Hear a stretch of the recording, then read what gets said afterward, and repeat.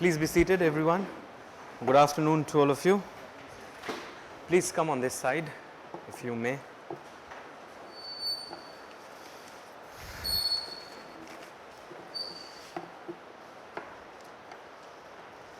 So, welcome to this orientation class for Geography Optional.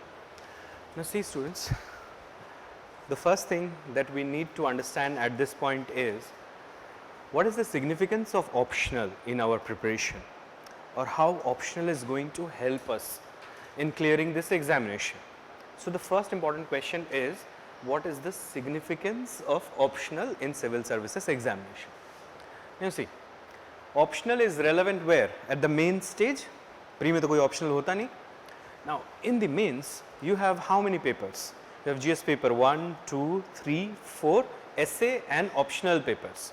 There are two other papers as well, which is the paper on Indian language and there is the English compulsory paper. Both the papers on Indian language and English compulsory papers, they are only of qualifying nature. It means the marks that you obtain in these papers, they are not added to your final merit calculation. Your final merit is calculated on the basis of your essay, the 4 GS papers and the 2 optional papers. Now, if you have a pattern analysis of all the successful students, or if you just have a look at the result of all the successful students, you will see one thing, that in GS paper 1, 2 and 3, the marking is very average. It means what? It means जिसकी first rank आई होगी और जिसकी समझ लो 200th rank आई होगी in the examination, if you club their marks of GS 1, 2 and 3 and if you see the difference, you will see the person who has attained the first place and the person who has attained the 200th place, the difference is very minor, maybe not more than 50 to 60 marks. It means per paper 20 marks difference. Do you understand that? But when you will have a look at the GS paper 4, which is the paper on ethics, integrity and aptitude, you will see that this difference going up to say 35, 40 marks. But when you will see essay, you will see that this difference may go as high as to 60 marks. It means somebody may get 80 in essay, some people may get 140 in essay. So, there is a difference of 60 marks in essay. Do you understand that? Generally, you will find that between the top rank holders. But when it comes to optional, if you add optional paper 1 and 2 together, the difference could be as great as 150 marks. It means someone may get only 200 in the optional, both papers combined, and few may get 350. Do you understand that? And you can understand a 150 mark difference is the difference between IAS and other services. As simple as that. So, the first important thing to be noted here is that if you want to get your preferred choice of service, then you have to score excellently well. And for that, optional is the most important vehicle. It means that optional gives you that advantage where you can score big and attain that unassailable lead in the examination. Do you understand that? Whereas GS papers 1, 2 and 3, 4 to some extent, and the essay paper do not give you that much amount of handsome lead which optional gives. So that's why एक चीज़ तो बिल्कुल clear कर लो अपने दिमाग में कि अगर examination clear करना है और अच्छा रैंक चाहिए, then you have to score 300 plus in your optional. Do you understand that? And that's why optional becomes very significant. That's the first thing. ये समझ में आ गई बात? Now second is how to choose your optional. There are a lot of options, and which option should you opt for? It means what should be your optional. There must be some factors on the basis of which, or there must be something on the basis of which you should choose your optional. It means those factors should be kept in mind while choosing the optional. Now what are the factors? Look here. There are 3 factors which you should keep in mind while choosing the optional. The first thing is the relevance of the optional. The second thing is the resources with respect to the optional, and the third thing is the reward with respect to optional. अब इसका मतलब क्या है? Relevance means that whether your optional will help you in GS or not. It is relevant in GS or not. One way to check the relevance is like that. Other way to check the relevance is whether your optional will be helpful in the preliminary examination or not. Like say for example, if somebody opts a certain optional which subject is not included in the preliminary examination, think of philosophy. That person has to do an extra effort. Do you understand that? Because philosophy is not a part and parcel of the preliminary examination. So one way to check the relevance is whether your optional is relevant for the pre and for the interview. Because in the mains examination all the optionals are relevant. Sare relevant hai. Another way to check relevance of your optional is whether it is relevant for GS paper 1, 2, 3, etc. Now, if you have a look at the different GS papers, you will find that all GS papers are a combination of different subjects. Like say for example, the GS paper 1 is the combination of world history, art and culture, modern India, post-independent history, Indian society and geography of world and India. Do you understand that? Similarly, GS paper 2 is a combination of social justice, governance, polity and constitution, international relation. So your optional, whether it is helping you in the GS papers or not, plus whether it helps you in the essay paper or not. Do you understand that? So the first thing that you should keep in mind while selecting your optional is whether your optional is helping you in preliminary examination, in interview, in GS papers and in essay papers. The greater the help, the greater is the relevance of the optional. Do you understand that? The second thing is resources. Resources means what? First is books, whether you have standard books available for that optional, because books are the basis for your preparation of the optional. Do you understand that? And that's why you must be having access to standard books. But suppose you choose a certain optional, suppose someone chooses Persian as optional and there are no significant books available with respect to Persian in the market. That person has to make an extra struggle to just collect matter.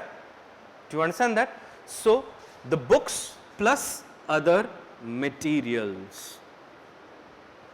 It means the resources, whether you have the resources for the preparation of the optional or not. Second thing that you should keep in mind. And the third thing is reward, which is nothing but you have to see that whether your optional gives the result or not. Ultimately, you want to get selected, clear? An optional is just an instrument that will help you in that selection. Do you get that? So the result that you can see with respect to the optional in the past few years will give you a good idea about the success rate in that optional. Do you understand that?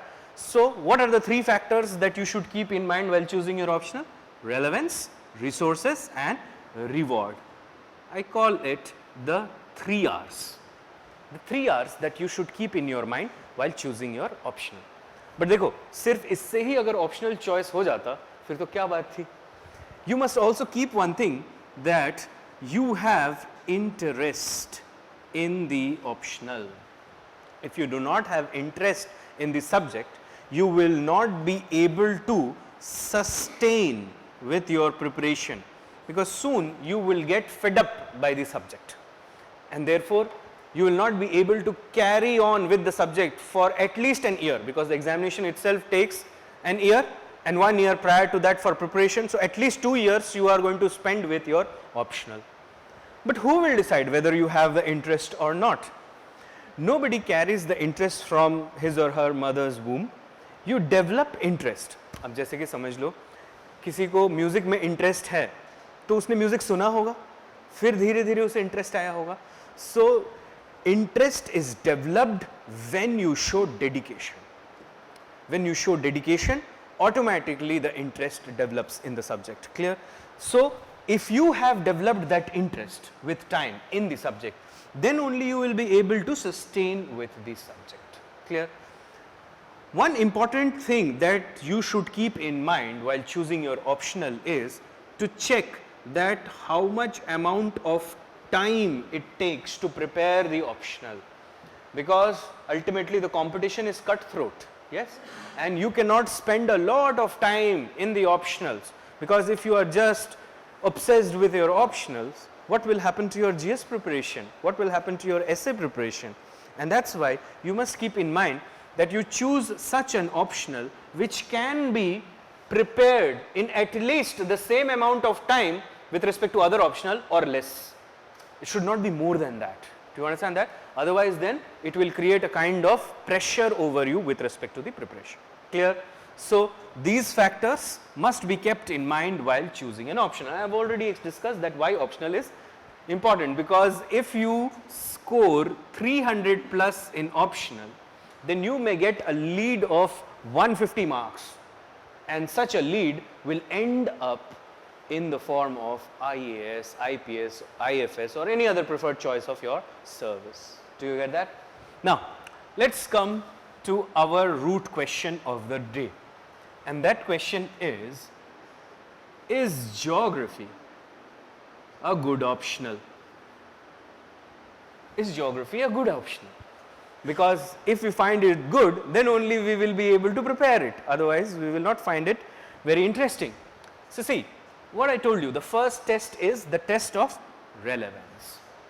Now if you have a look at the preliminary syllabus, you will find that geography is an important section of the preliminary examination.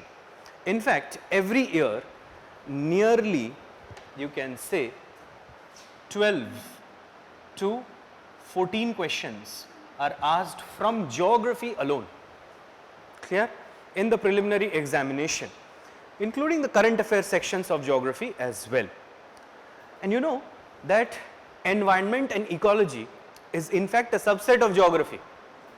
This subject has emerged out of geography.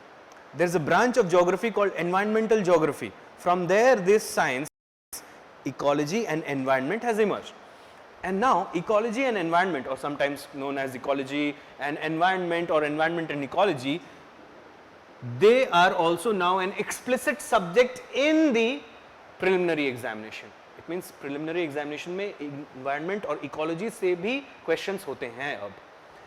And if you are aware of this or not, since 2011 the civil services preliminary examination and the civil services preliminary examination as well as the forest services examination, the optional, or rather the preliminary paper for forest services and civil services, they are now jointly conducted.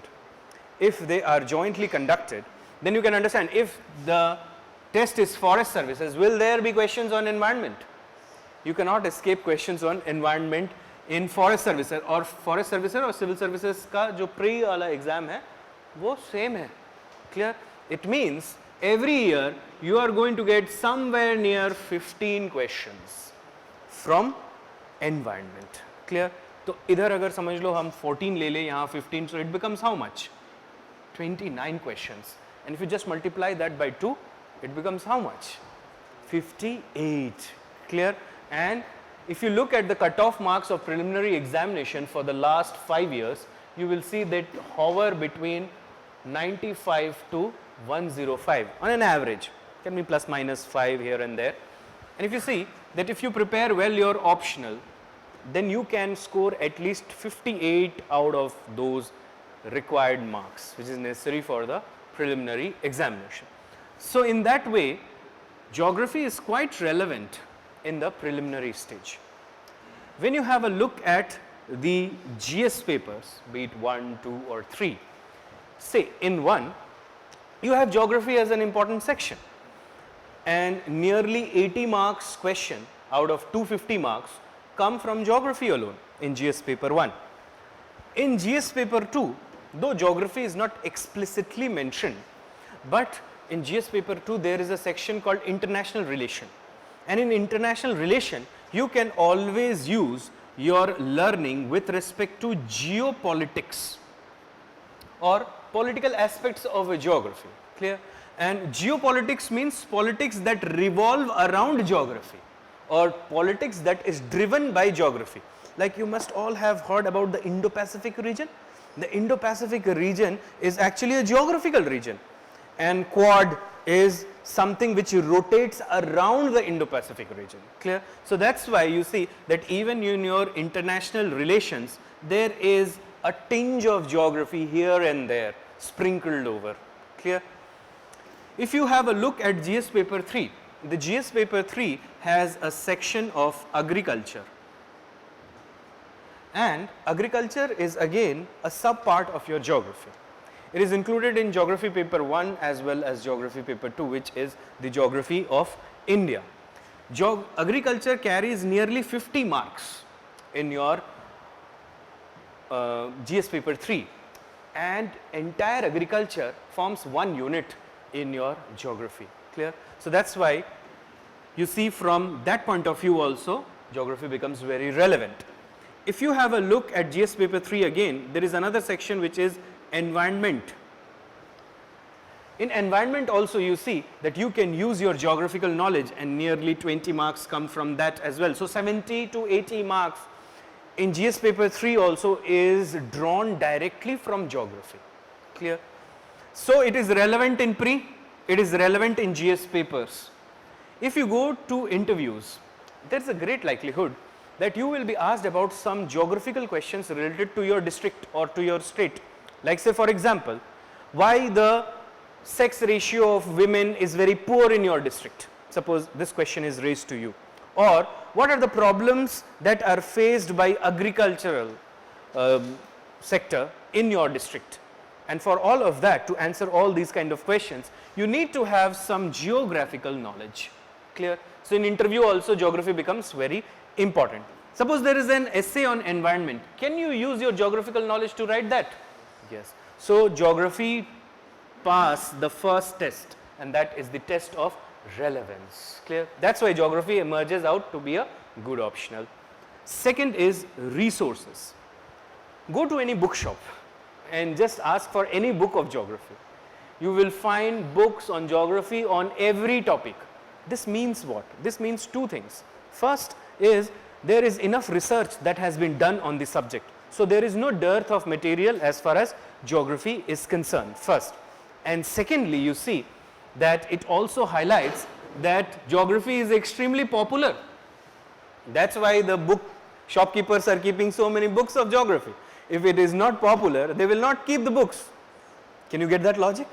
So there is enough books and enough material vis-a-vis geography as far as the bookstores are concerned. So it also passes the second test, which is resources test. It means you will not have to struggle with respect to finding resources in geography like you do in some optionals, which have become really hard now because you do not find enough resources and standard resources for that.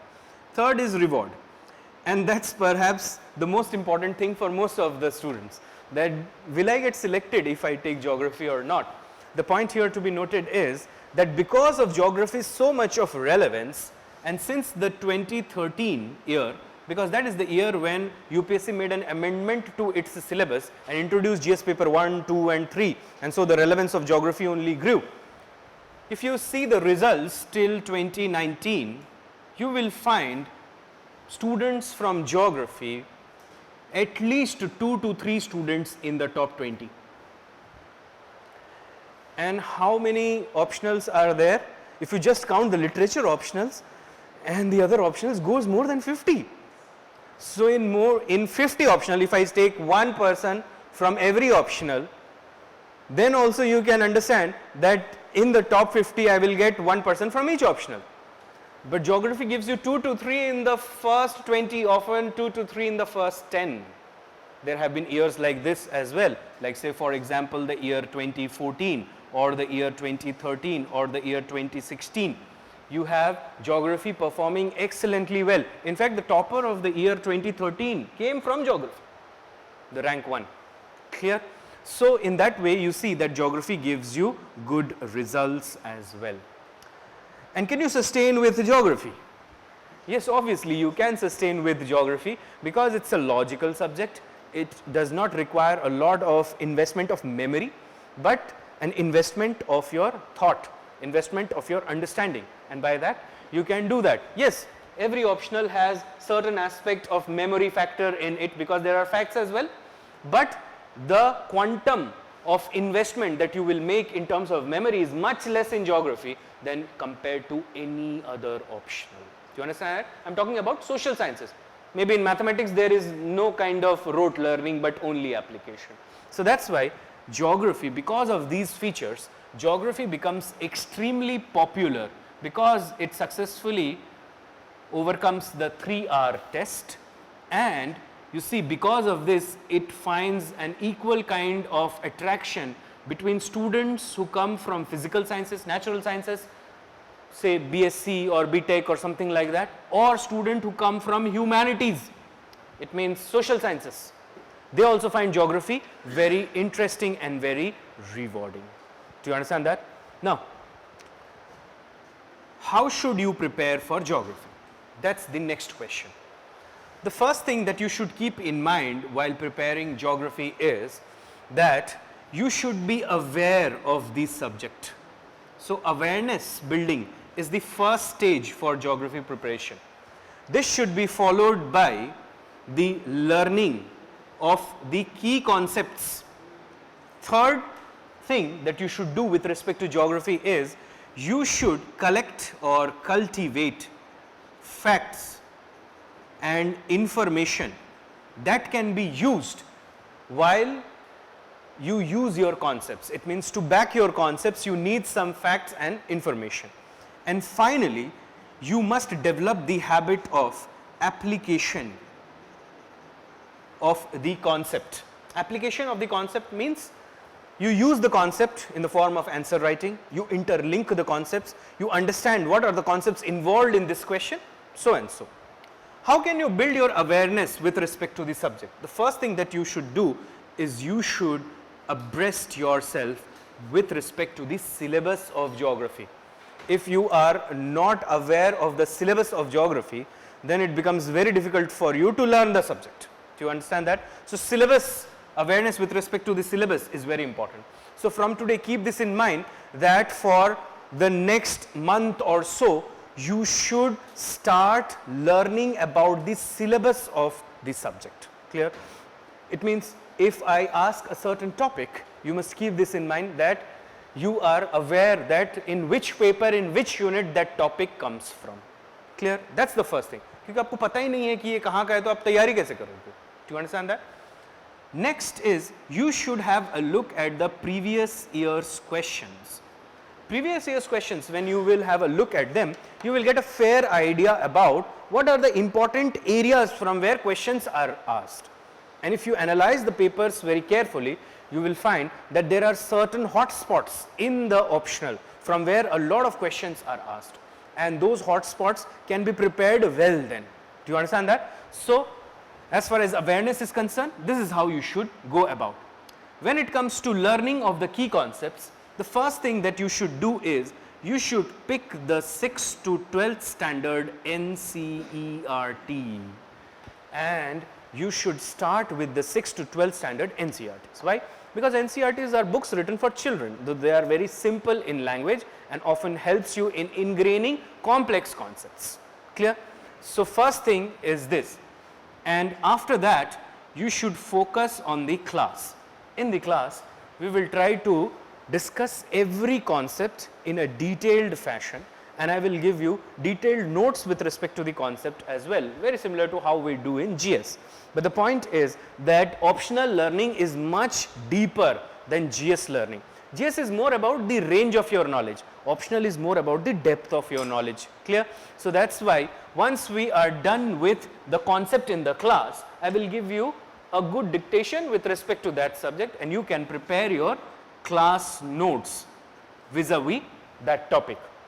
Now, when you prepare your notes, this is how you should do it. Like you should take A4 size paper sheet, or you should take the A4 size registers, and you should draw at least 2 margins, again like you do in GS, The left margin you can keep a bit narrower because this is used only for numbering. The right margin should be slightly broader. Why? Because here you can write new things that you encounter with the topic, so that all the things are congregated at one point. Clear? See, geography is a good subject because it gives you ample amount of opportunity to draw diagrams. Clear? So what you should do is, at the same time, you should draw diagrams, and all the diagrams should be placed in a box. Try to draw the diagrams with the help of pencil. Clear? So from tomorrow you get all your accessories which are necessary for drawing diagrams. Clear?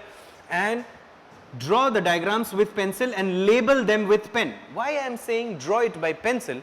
Because there is a logic behind it.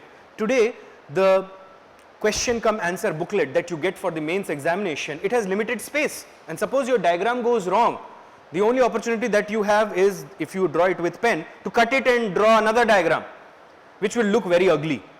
And if you do not cut it, then it is further bad, because it will give the impression to the evaluator as if you have drawn a wrong diagram. Do you understand that? So if you have the habit of drawing the diagrams with the pencil, you can always rectify your diagrams. Clear? So draw the diagrams with the pencil and place the diagrams in a box, preferably made by pencil. No need of going for very large diagram. Small diagrams which are legible enough would do. Then use at least 2 colors to make your notes. The heading should be written in black and the content should be written in blue. Why I am saying so? Because black, blue and pencil are permitted in the examination. You can use other colors as well in order to beautify your notes, but that will not be a good idea because you will not be able to replicate that in the exam hall. Do you understand that? That's why you should go for, say, black and blue and pencil. This is how you should make your notes. Apart from this, what you should do as far as optional is concerned, there will be 2 other copies that you have to make. The first copy is the question answer booklet. At the end of every class, on the basis of what we have learned, I will give you a question. You need to write that question in that booklet and then try to answer that question. Clear? And in that way, and in defined space and time, in that way, when we will end up with the syllabus, you will have everything covered in the form of question and answer, which would help you enormously for last minute revision. Do you get that? The other book which you should make is a diagram book. Now in the diagram book, what you should do is that whatever diagrams you have practiced today in the class, go back and make those diagrams very neatly in the diagram book. Now suppose if you are just doing a last minute revision on the eve of the examination, just by looking at the diagrams you can do a quick revision. Do you understand that? And if you do not draw diagrams in geography, let me tell you students, you are not going to fetch marks. But if you only draw diagrams and do not write anything, in that way also you are not going to get anything substantial. So it has to be a good combination of content and diagrams. The diagrams in geography that you will draw should be self-explanatory. Self-explanatory means जैसे school में होता था कि एक diagram बनाते थे फिर उसे एक्सप्लेन करते थे. That is not required in UPSC. Clear? For that, the diagram should be very clear so that anybody can understand it, and it should be well labeled. It means it should be well noted down everywhere so that everyone can understand what it is. And you know that geography gives you an enough opportunity to draw diagrams in the form of maps. Clear? So in that way, it gives you great advantage as far as presentation of the paper is concerned. Do you get that? So how many copies you need for geography optional? One would be your standard register. Make it a very bulky copy, and it would be the Bible as far as geography optional is concerned. You will be able to complete everything as far as that copy is concerned. These 2 are for enriching your preparation. Clear? So you start with NCERT, then with class notes, and this is how you should prepare your notes. After that, what is required is you should graduate to some standard books. See, I do not know a single student who has qualified this examination who has not read books, has only dependent on notes, because many people get the same kind of notes, and if you end up writing answers on the basis of solely notes, your answers will look very similar. and it will appear as if you are the product of a factory. Do you understand that? And that's why you should read some standard books. I will tell you the important books as we go along through different units. Clear?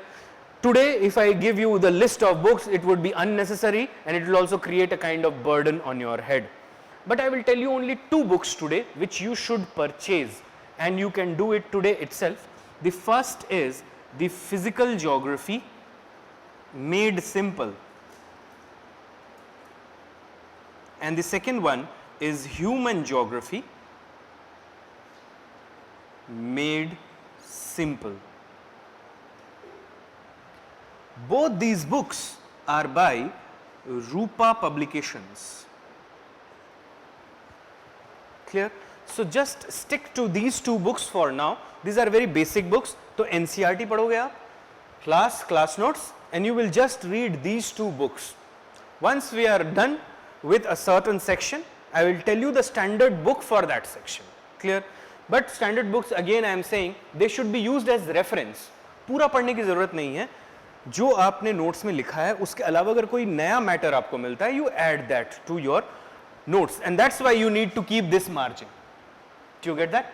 Now, apart from these standard books, because it is geography, there is a scope of map marking also in it. So you need to get 3 atlases. And what are they? The first one is the TTK atlas. You can get this. The second one is the Orient Black Swan.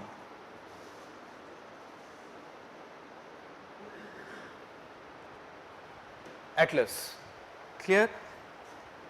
For now, just restrict yourself to these 2 atlases. There is a third one, but no need as of now, because that is important for India map marking, which we will see in when we go to the India paper. Clear? So just stick to these 2 atlases. If you want to purchase just one, between this, go for the Orient Black Swan Atlas. Why I am saying the Orient Black Swan Atlas? Because it's a chorochromatic atlas. What is a chorochromatic atlas? Like if you see the oceans, it will show different colors in the ocean which highlight the depth of water at different areas of the ocean. Do you understand that? That's why the Orient Black Swan Atlas is extremely popular among aspirants. So go for this, and you can also go for the TTK Atlas, but again this will not be of very relevance now. There is another atlas by the Study Today group that is for the India map marking, but again not relevant. If you happen to have one Oxford Atlas with you, you can go with that as well. Clear? But again, if you have not one, then go for the Orient Black Swan Atlas. Clear? तो अभी क्या आपको purchase करना है? आपको सिर्फ purchase करना है अपने रजिस्टर्स, और आपको परचेज करना है NCERT. अगर नहीं भी है तो आप डाउनलोड कर लेना NCERT, and just purchase these 2 books, because these 2 books are indispensable as far as your preparation is concerned. Do you understand that? So this will be the way in which we will prepare geography. How much time will it take to prepare geography? Well, if things go very well, because we do not know, like Corona hit us last year, but if things go very well, then we will not take more than 3.5 months. It means 3.5 months. It means starting from today, if we count, by the end of June, you will be done with your optional. But how we will have our classes? We will have our classes from Monday to Saturday. Only Sunday will be off for you, and it would be 2.5 hours per day. And the class timings from tomorrow would be, or at least for this week, let us keep it as 2:30 to 5. But from next Monday onwards, it will go from 2 to 4:30. Clear? So this week we will start from 2:30 to 5 from tomorrow, and next week we will have from 2 to 4:30. 2.5 hours you can give. Clear? And if you just give that 2.5 hours on a daily basis, you will see that you will be able to prepare geography very well. Clear? So do you get that? So these are the important books that you should purchase as far as geography is concerned. Now 2 things are very important. First is, we must know the syllabus of geography. What is the syllabus of geography and how is the question paper pattern in geography?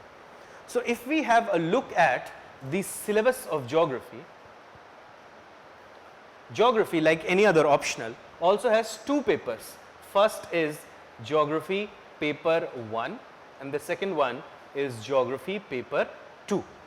The first paper is known as Principles of Geography, but it is also often at times called popularly as World Geography, but uska official naam kya hai? Principles of Geography.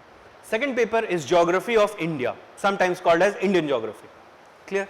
Now, Geography paper 1 has two parts, part A and part B. Part A is physical geography, whereas part B is human geography. Do you understand that?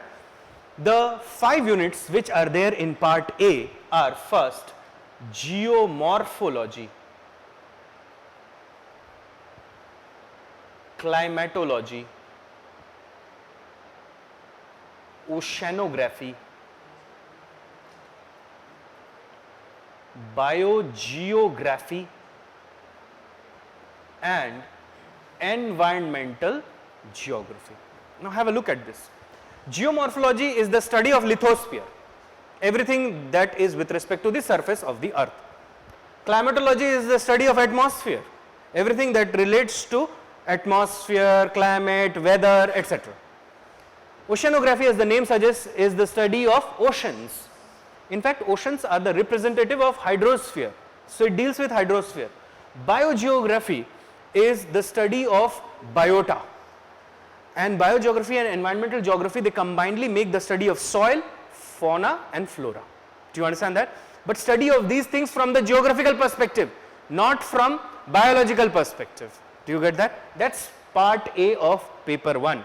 Part B of paper 1 comprise of, first unit is perspectives in human geography. Perspectives in human geography is nothing but the geographical thought. It means here we study about different scholars and different scientists and their viewpoint with respect to geography as a discipline. Clear? Next is economic geography. Economic geography is the study of economic activities of man from a geographical perspective. What are the economic activities of man? Agriculture, industry, trade, transport. So it includes agricultural geography, industrial geography, trade and transport geography. Do you get that? Then comes the population and settlement geography. Population and settlement geography. Population geography deals with demography and the geography of population, like how population is distributed, how population is growing, migration, sex ratio, literacy levels, everything. Settlement geography means how structures are built by man. There are two types of settlements, urban settlements and rural settlements. So have you heard about things like smart city and all? So they come under urbanization and urban geography. Do you understand that? So it deals with that. The next unit is regional planning. Like suppose you have to plan for agriculture. Will you have the same plan for all the regions of India? Will you grow the same crops all over the India? It means you have different plans for different regions, and that is regional planning. Do you understand that? And finally, the last unit of paper 1 is the models, theories and laws in human geography, because part 2 only deals with human geography. Clear? Now, like in physics we have some laws like the law of universal gravitation, first law of motion, etc. In geography also we have some laws, some theories, some models. So this unit deals with those theories, models and laws. Do you understand that? This make up your geography paper 1. Clear? Geography paper 2, which is the geography of India, it has 10 units. The first unit is physical setting. The second unit is resources. Combinedly you can say these two units are the geomorphology, oceanography, climatology, biogeography and environmental geography of India. Do you understand that? Resources here deal with soil resources, renewable resources, mineral resources, non-mineral resources, all kinds of resources. Clear? How they are distributed, how they are used, how they can be developed. Clear? The third unit is agricultural geography. The fourth unit is industrial geography. The fifth unit is trade and transport geography. If you see, these three make economic geography, which is again here. Do you understand that? जो paper 1 है आपका, उसमें आप concepts पढ़ते हो और paper 2 में आप अप्लाई करते हो with respect to India. As simple as that. This entire paper, paper 2, is an application of paper 1. Do you understand that? With respect to India. Here, everything is with respect to world. You already know the concepts from paper 1, and in paper 2, you only use those concepts. Do you get that? Now, these 5 units, they make part A in paper 2. The part B again comes with 5 more units. And what are they? The first one is cultural setting. What is this cultural setting? Cultural setting means how is the population in India? Do you understand that? It also deals with the different kind of cultures of India. Like say the tribal people have a culture of their own. The culture in the south, the culture in the east, the north, the west, everything differs. Clear? India is a composite of different religions, different races, etc. So this is with respect to the cultural aspects of India. Do you understand that? From geographical perspective. And then you have settlement geography, which is again urban and rural settlements of India. There is no mention of population geography here because in cultural setting population is already covered as far as India is concerned. Clear? Then there is regional planning and development. Like we had regional planning with respect to the world, this regional planning and development with respect to India specifically. Then there is political aspects. What are these political aspects? The political aspects are actually the geography of geopolitics. Do you understand that? Like say for example, what is happening in the Indian Ocean Rim region or the Indo-Pacific region, or think of West Asia, Middle East, Arctic region, South China Sea.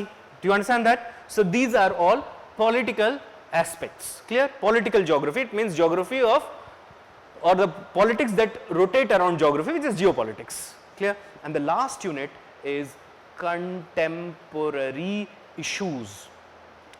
इस unit की वैसे preparation होती नहीं है. ये unit सिर्फ application है आपके पूरे नॉलेज का जो आप बाकी यूनिट्स में आपके पास होता है. Because this includes the contemporary developments in geography. Like, are you aware that very recently in Uttarakhand, in Chamoli, there were flash floods? So it's a contemporary issue. Earthquakes, flash floods, cyclones, these are contemporary issues. Do you understand that? So how these contemporary issues are affecting, let's say, climate change, etc.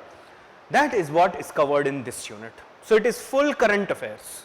Do you understand that? This unit.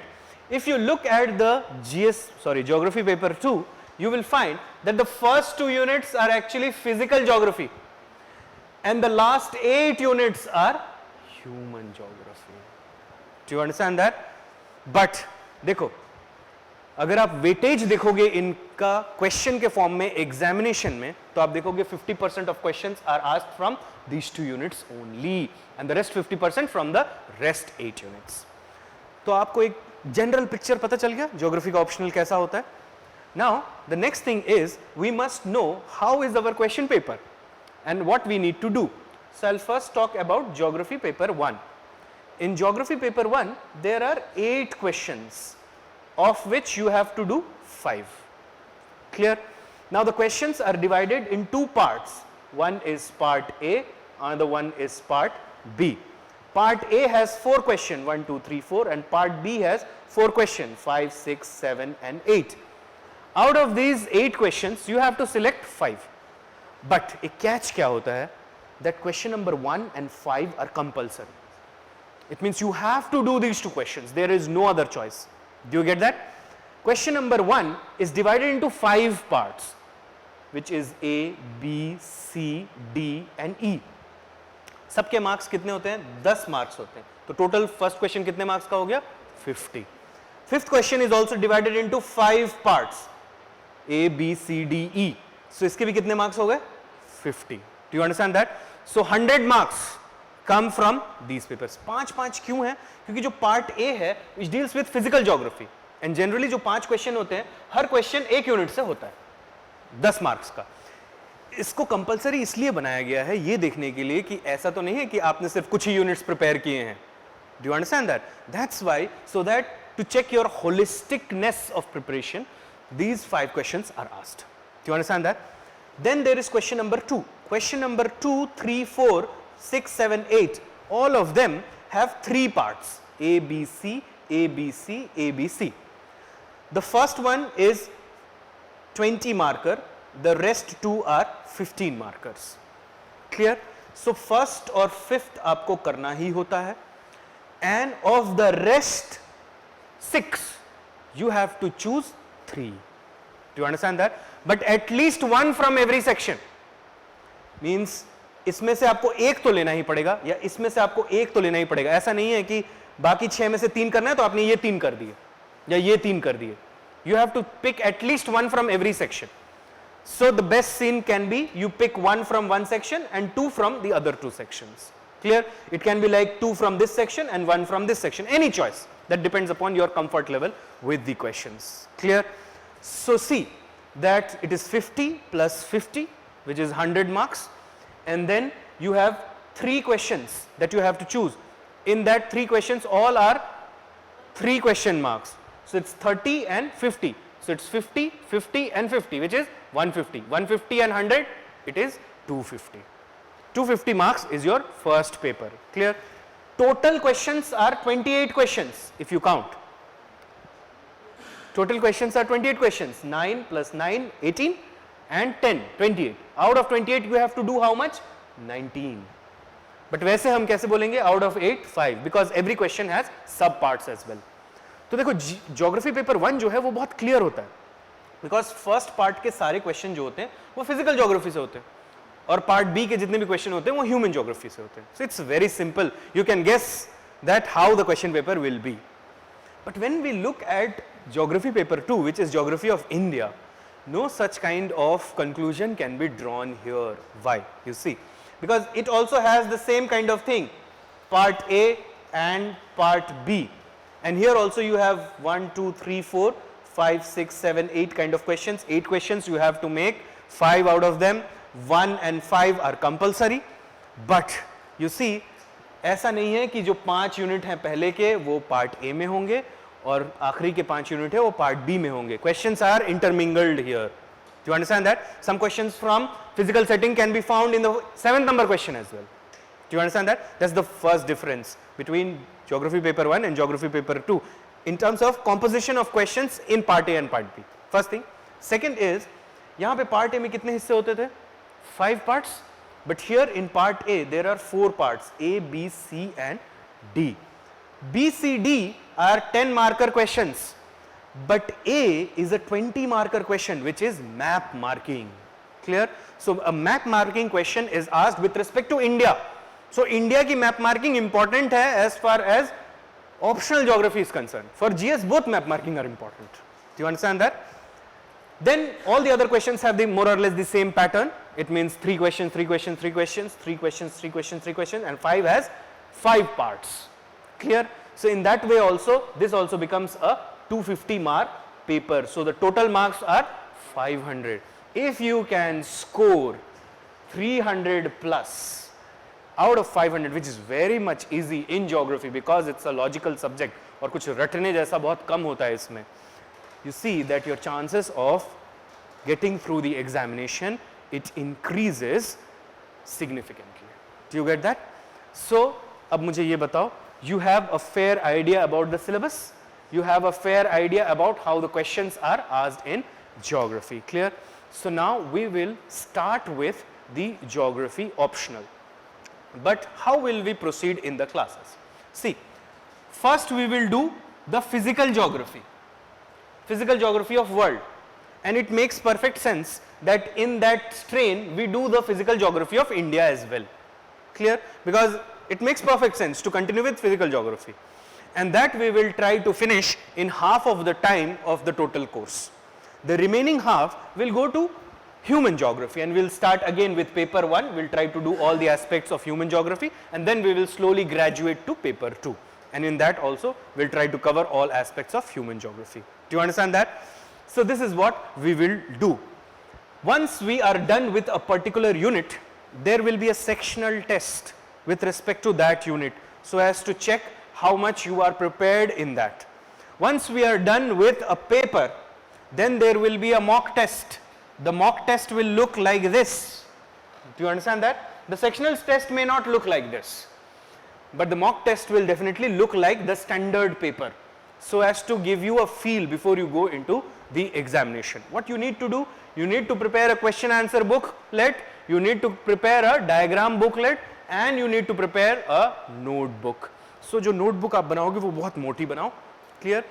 जो diagram book है, it has to be like say 300 pages, white copy, make diagrams in it, and the question answer booklet, you try to make it a 200 pages, so that you do not write very big answers, because in the examination you will not be able to write very big answers, clear? So that's why you do that, and these two books are only, they are like, they play the role of assistants that assist you in preparing your geography optional, clear? So we will start our optional with the unit geomorphology, which is the most important unit, but we will do that from tomorrow onwards. Today I will talk about some basics of the subject, why and how geography is different from other subjects, clear? So the first thing that we will learn today is the meaning of the word geography. What do we mean by the term geography?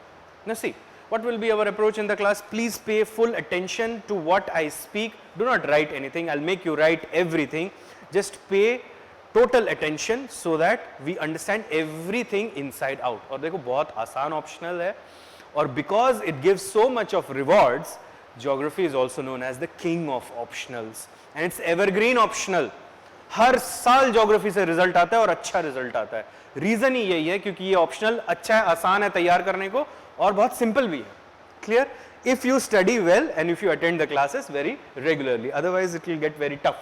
So see, the word geography is actually a combination of two words. They are geo and graphy. See, the word geo and graphy are actually derived from two Greek words.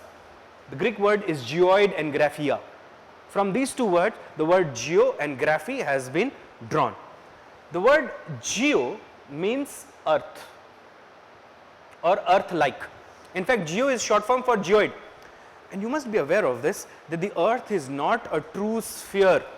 The earth is slightly flattened at the poles and slightly bulging at the equator. It means the earth do not have the shape of a true sphere. It has its own shape, and this shape is known as the shape of a geoid. Remember, the globe is the model of the earth, clear? So geo means earth like or earth shaped. Do you understand that? Or we say that geo means earth, clear? Graphy means to describe or to write an account of. So literally put, what is geography? Geography is to describe the earth. That's it. Do you understand that? एक तो वो definitions होते हैं जो किताबों में है जिनका कोई काम नहीं, एक वो है जो हम खुद से ही समझ लें. Do you understand that? So geography means what? Geography is the science that deals with the description of the earth. Do you understand that? And can we say earth is our home? Earth is our home. So we can say that geography is the science of description of the earth as the home of man. Do you understand that? And you see that over the earth, when man lives, man interacts with the environment. Yes, in the home, man interacts with the environment. So geography is also often defined as a man-environment science, or a science that deals with the interaction between man and environment. Do you understand that? तो अभी तक क्या समझ में आया? Geography is to describe the earth. describe the earth as the home of the man. And if you live in your home, you interact with the objects of your home. So similarly, man also interacts with the objects of the environment, and objects of the environment can be living or non-living. Do you understand that? So geography is also defined as man-environment relationship. बहुत सारे standard books में आप देखोगे, even in NCERTs you will find that geography is defined like that. Geography is man-environment relationship, or science that deals with man and environment relations. Clear? But देखो, there's an interesting story with respect to geography. The word geography, it was coined by a Greek polymath. His name was Eratosthenes.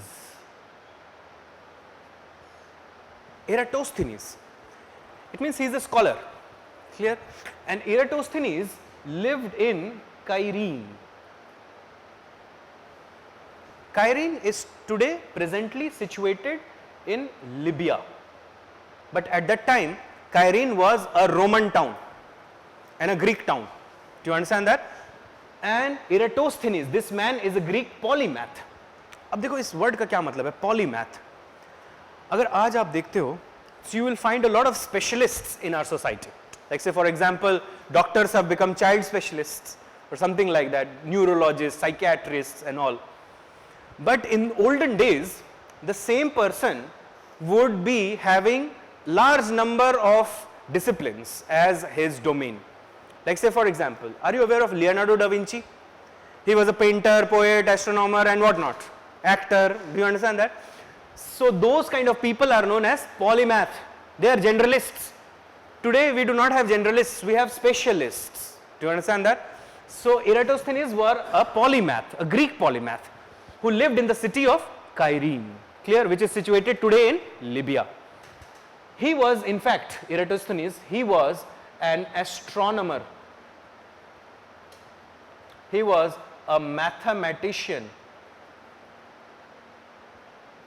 He was also a poet.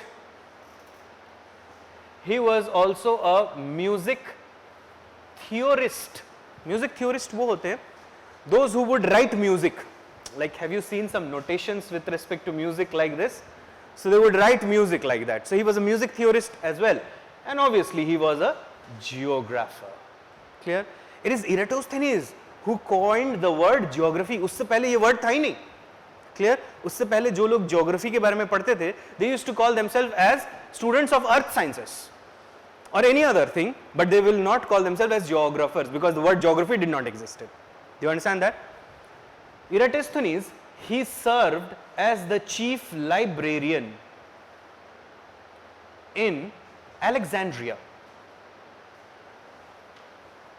Alexandria is located today in Egypt.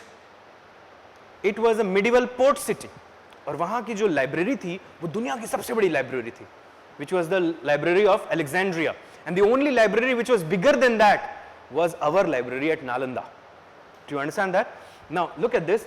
This man Eratosthenes, he served as the chief librarian in Alexandria, in the library, great library of Alexandria, which is located in present day Egypt. Do you understand that? So what is geography? He coined the term geography, and geography means it is the description of the earth.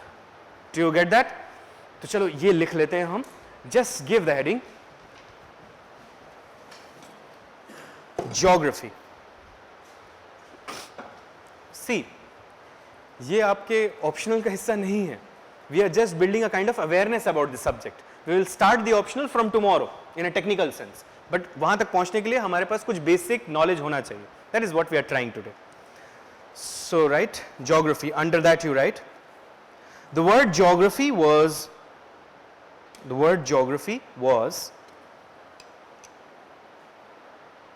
coined by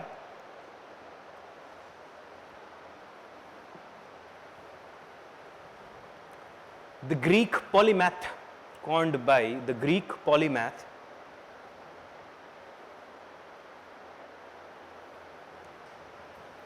Eratosthenes.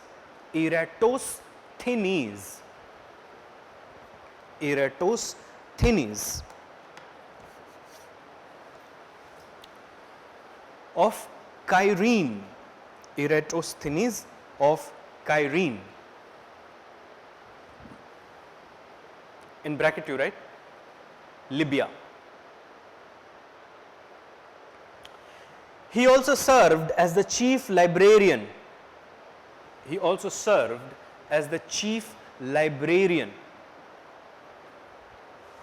of Alexandria. Chief librarian of Alexandria. In bracket you can write a port city in Egypt. Close the bracket.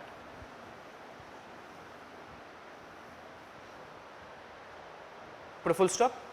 He was an astronomer.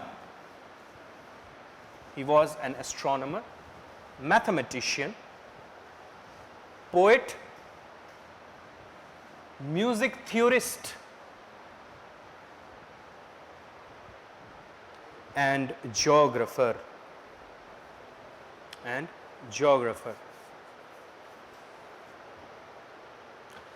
Put a full stop. अब paragraph change करके या next bullet के form में लिखो. Make this as the first bullet. Next bullet you write. The word geography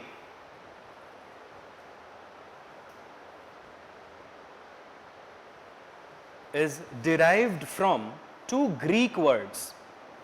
The word geography is derived from two Greek words.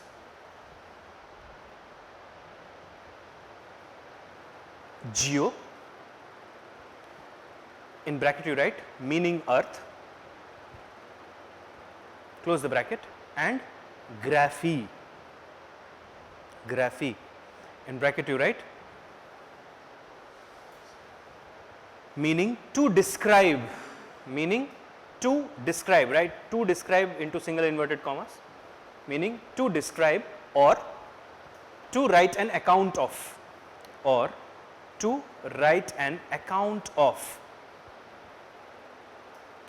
Close the bracket. Put a full stop and write. So literally put,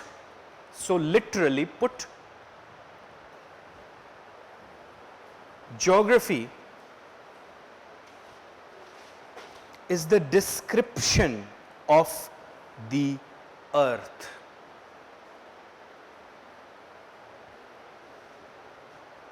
Geography is the description of the earth as the home of man. यहाँ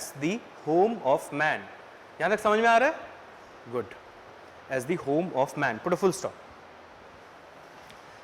Hence, geography is often termed as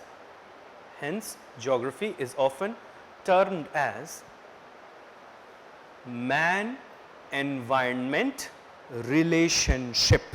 Man-environment relationship.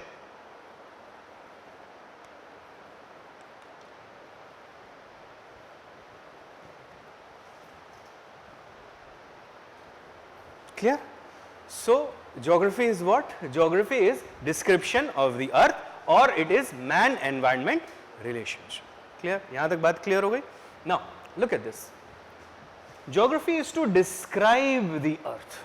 Now, let us focus on this word, description of the earth. How can we describe the earth? Now, you tell me. Can I describe the earth as the earth is the third planet in the solar system? Is that a description of the earth? Yes, why not? Is it not describing the earth? Description का मतलब क्या होता है? Description का मतलब ये होता है कि जो आपने देखा वो आप बता रहे हो. That is description. Like if I say, describe to me the Karol Bagh market, what you will do is, you will tell me where are the shops, how people were roaming in the market and so on and so forth. It means description means जो देखा है वो बता रहे हो. So ये है कि नहीं, ये टेलीस्कोप से देखा जा सकता है कि नहीं, that the earth is the third planet or at least from the satellites or imagery from the satellites. Is the earth the third planet in the solar system? So is that not describing earth? Yes, it is. Okay, you tell me, can I describe the earth in this way, that the earth is made out of different layers? Like you must be knowing about the core, the mantle and the crust. So the earth is made out of different layers of rock and other materials. Clear? This is also a description of the earth. ये है तो आप बता रहे हो.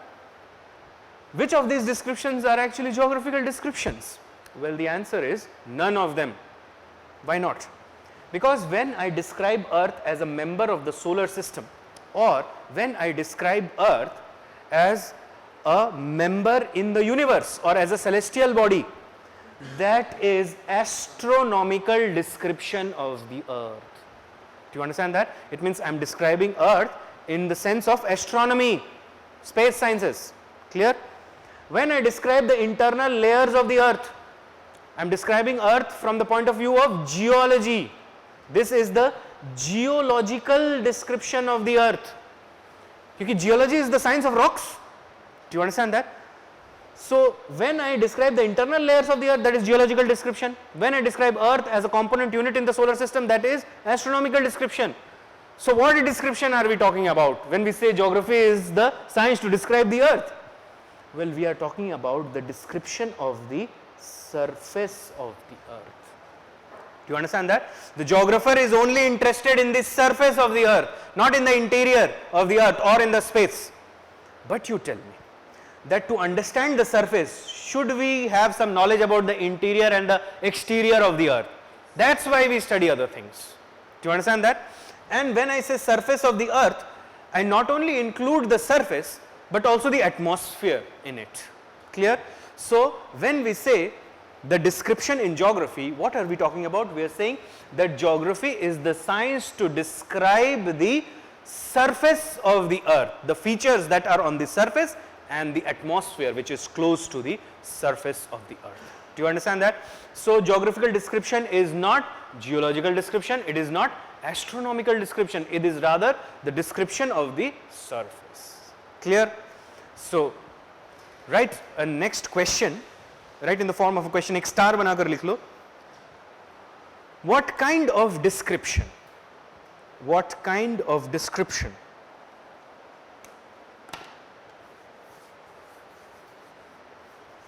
put a question mark, and under that you write, when we describe Earth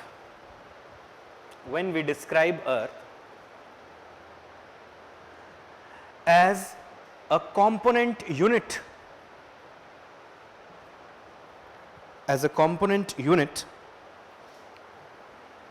in the solar system, as a component unit in the solar system,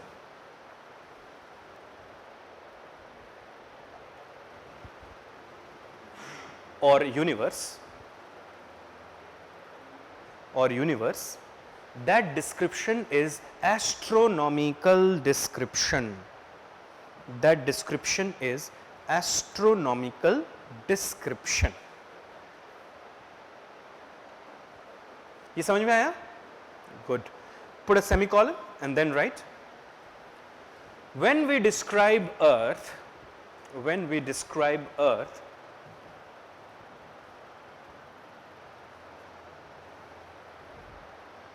in terms of its internal layering,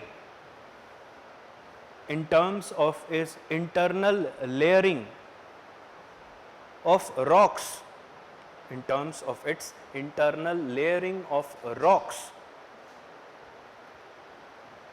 such description is geological description. Such description is geological description. Do you get that? Put a full stop and then write, in geography,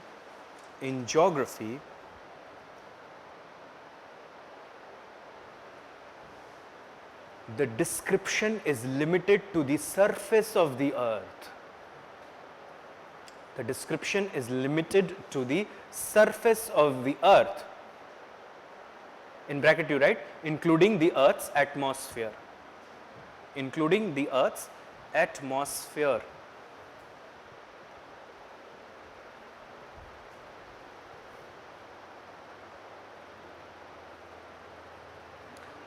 Earth's atmosphere. देखो, when we use the term surface of the Earth, we not only means the surface, but the atmosphere and the depth to which mankind has penetrated. Clear? Not only the surface, but some height and some depth also in that. So, you write, and to the depth mankind has penetrated, and to the depth mankind has penetrated.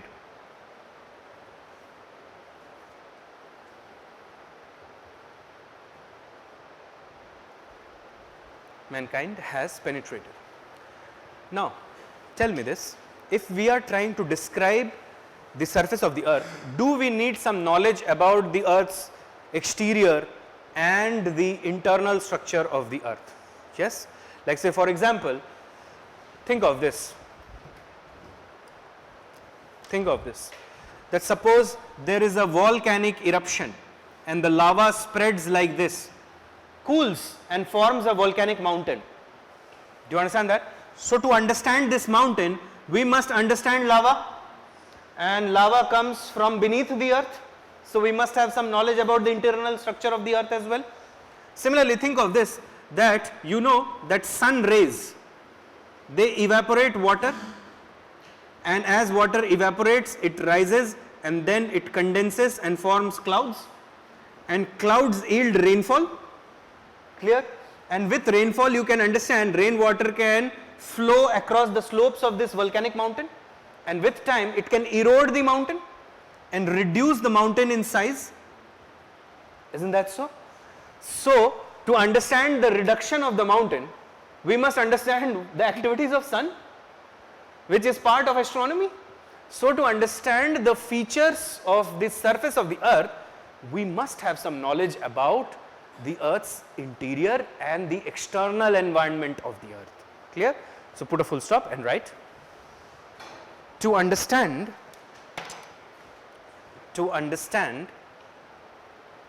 the features of the surface of the earth, to understand the features of the surface of the earth,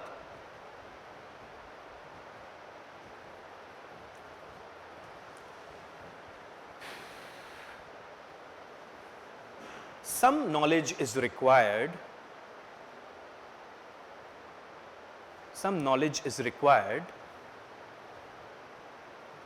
about the earth's internal and external environments.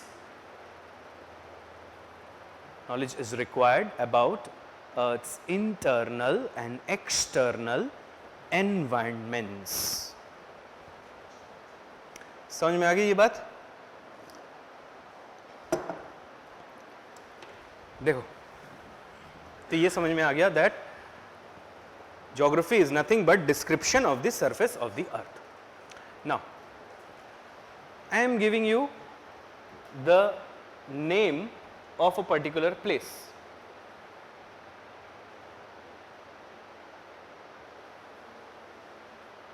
Are you aware where this place is located? In which state? Haryana. Okay. Now, if I say, बताओ यार कुछ पानीपत के बारे में, तो हो सकता है कोई पानीपत की लड़ाइयों के बारे में बताने लग जाए. Will that be a description of Panipat? Yes. Some may also say that, like someone may say that Panipat is a very famous battleground. Here the first battle, the second battle and the third battle were fought. The first battle was between Akbar and Hemu, or sorry, the first was between Babur and Ibrahim Lodi, the second was between Akbar and Hemu, and the third one was between Ahmad Shah Abdali and the Marathas. Clear? So, ये description हुआ पानीपत का है. Another description of Panipat could be, someone can say that Panipat is located in Haryana, जैसे आप लोगों ने बताया अभी, which is located in the northwest part of India. It means आप पानीपत का description map पे बता रहे हो. It means with respect to space. और जो पानीपत की लड़ाइयों के बारे में बता रहा था, that person was describing Panipat in terms of time. Do you understand that? So, description can be of two types, one with respect to space and another one with respect to time.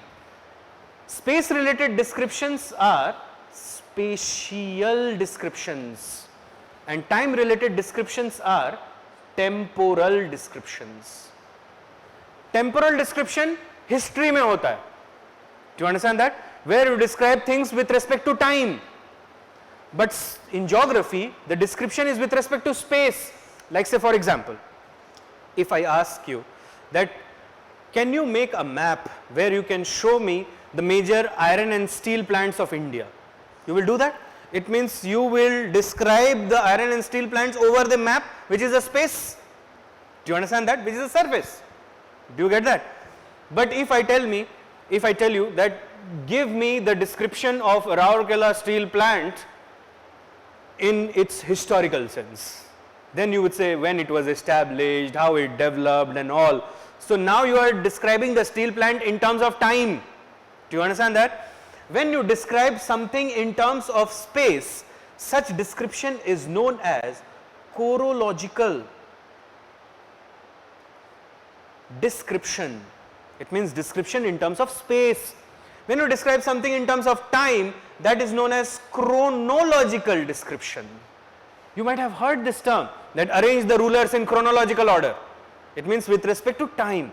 So when we say description of the surface of the earth, what kind of description we are saying in geography? It is spatial or chorological description. Do you get that? It is not astronomical or geological, neither is it chronological. It is spatial and chorological and of the surface of the earth. Do you get that? यहाँ तक बात clear है? देखो, these things are not found in books. That's why I am saying that do you understand the very basics of the subject? अभी तक तो सिर्फ definition की बात चल रही है. So you write a note.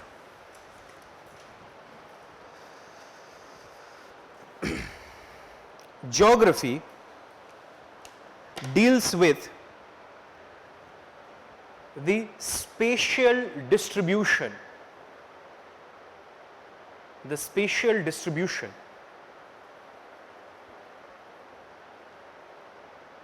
of natural and man-made features, spatial distribution of natural and man-made features over the surface of the earth, over the surface of the earth.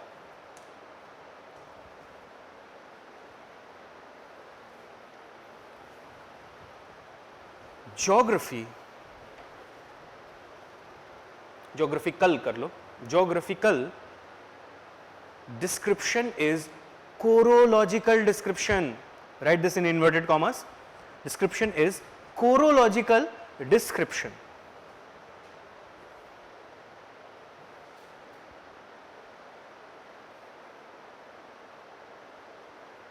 Put a full stop.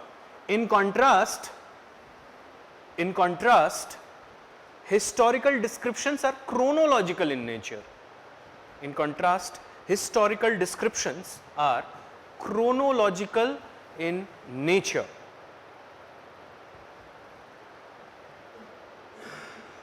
Put a comma.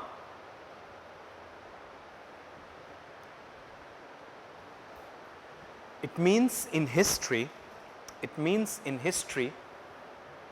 things are described in terms of time. In history, things are described in terms of time.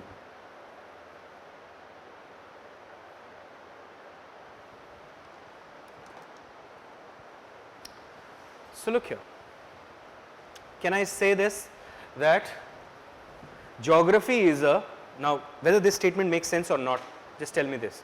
Geography is a special science or spatial science. Do you understand that? It is not a temporal science. History is a temporal science. It deals with time. Geography is spatial science. It deals with space. Do you get that? So geography is a spatial science. What do we mean by this spatial description?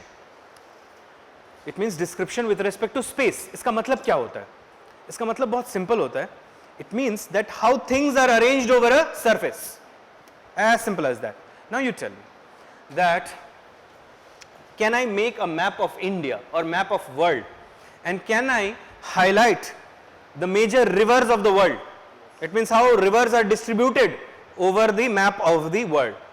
So spatial distribution or spatial description means how things are arranged over a surface. And what is the surface here for us? The earth's surface or a part of it. Clear? So you write a note. Spatial description deals with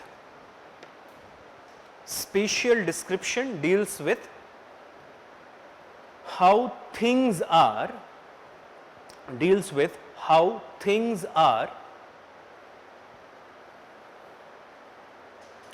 arranged over a surface.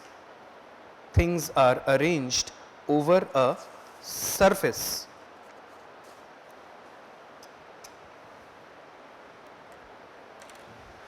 अच्छा, अब एक बात बताओ मुझे, if you look at the surface of the earth, do you see some natural features, like say for example the grasses, the soil, the trees, the animals, etc.? And do you see some man-made features like roads, buildings, metro stations and what not? Clear? So what to describe in geography?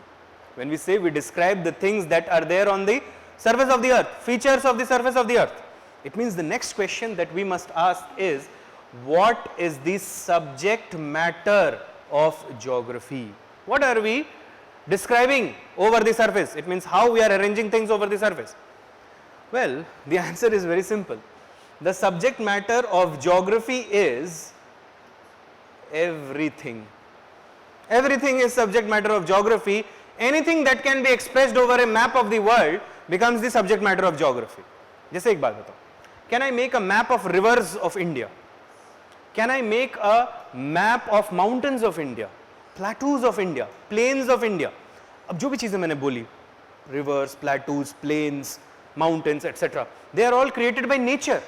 They are natural features. Do you understand that? Similarly, can I have a map of major cities of India? Can I have a map of the densely populated areas of India? Can I have a map of rice growing areas of India?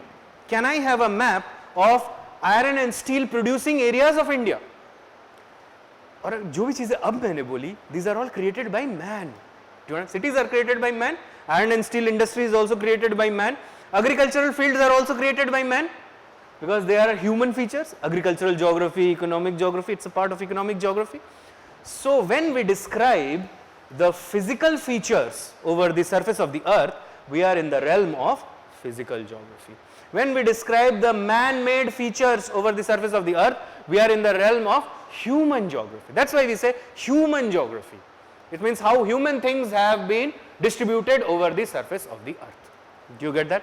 किसी भी चीज का map बन सकता है, इतना याद रखो. That's why everything becomes the subject matter of geography. Now you tell me, can I make a map of India and highlight that where we have the cricket stadiums, like say for example the Firozshah Kotla, the Eden Gardens, the Chepauk Stadium, Narendra Modi Stadium, and then you have other stadiums as well. तो एक cricket stadium का map बन सकता है. It becomes the subject matter of geography. Can I make a map of smart cities? Yes. Do you understand that? ये map भी बन सकता है, a map of UPSC coachings in India. Clear? जिसका जो हायर कॉन्सेंट्रेशन आपको दिखेगा वो दिल्ली में दिखेगा. हो सकता है कुछ आपको इलाहाबाद में मिल जाए, प्रयागराज, कुछ आपको हैदराबाद में मिल जाए, कुछ गुजरात में मिल जाए, कुछ चेन्नई में मिल जाए, बट हायर कॉन्सेंट्रेशन कहाँ होगा? दिल्ली में. तो ये भी बन गया ज्योग्राफी का subject matter. Do you get that? देखो, एक चीज है सब्जेक्ट को पढ़ना और एक है सब्जेक्ट को समझ लेना और इंटरनलाइज कर लेना. That is my effort in the class. Do understand that dear? So you get everything till now? So what is the subject matter of geography? Everything. Anything that can be expressed over a map of the world becomes the subject matter of geography. When you describe physical features, you are in the realm of physical geography. When you describe human features, you are in the realm of human geography. So लिखो एक question. Next star बनाकर लिखो. What is the subject matter of geography? What is the subject matter of geography?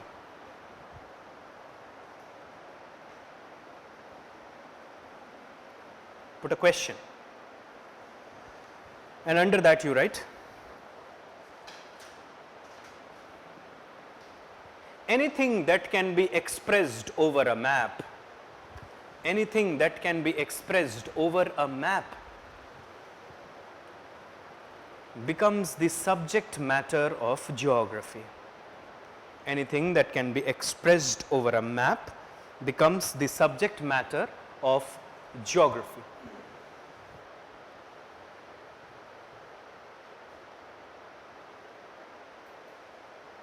Clear? Put a full stop and write. When we describe the natural features over the surface of the earth, the natural features over the surface of the earth. We are in the realm of physical geography, in the realm of physical geography.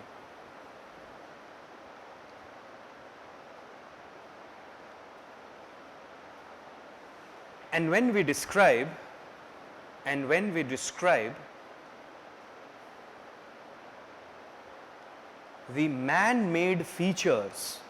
man-made features over the surface of the earth, we are in the realm of human geography.